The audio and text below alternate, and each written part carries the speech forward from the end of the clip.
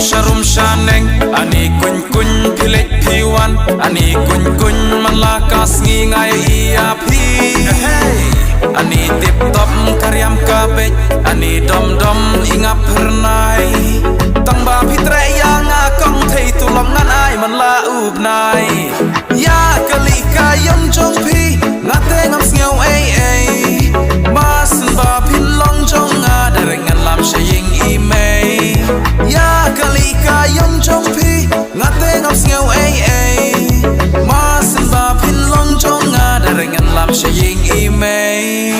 Ya kali kayam jong pi, ngate ngam sngeu ai. Mas ba pin long jong darengan lam shaying imei.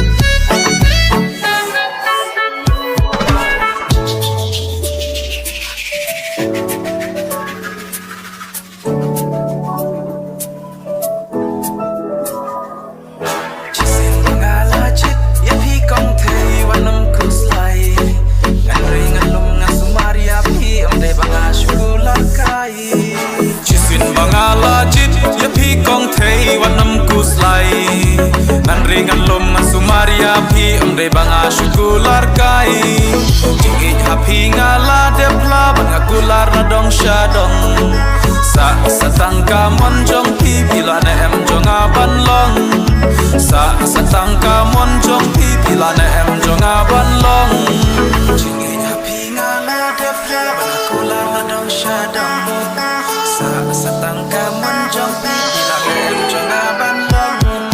Ya kali kaya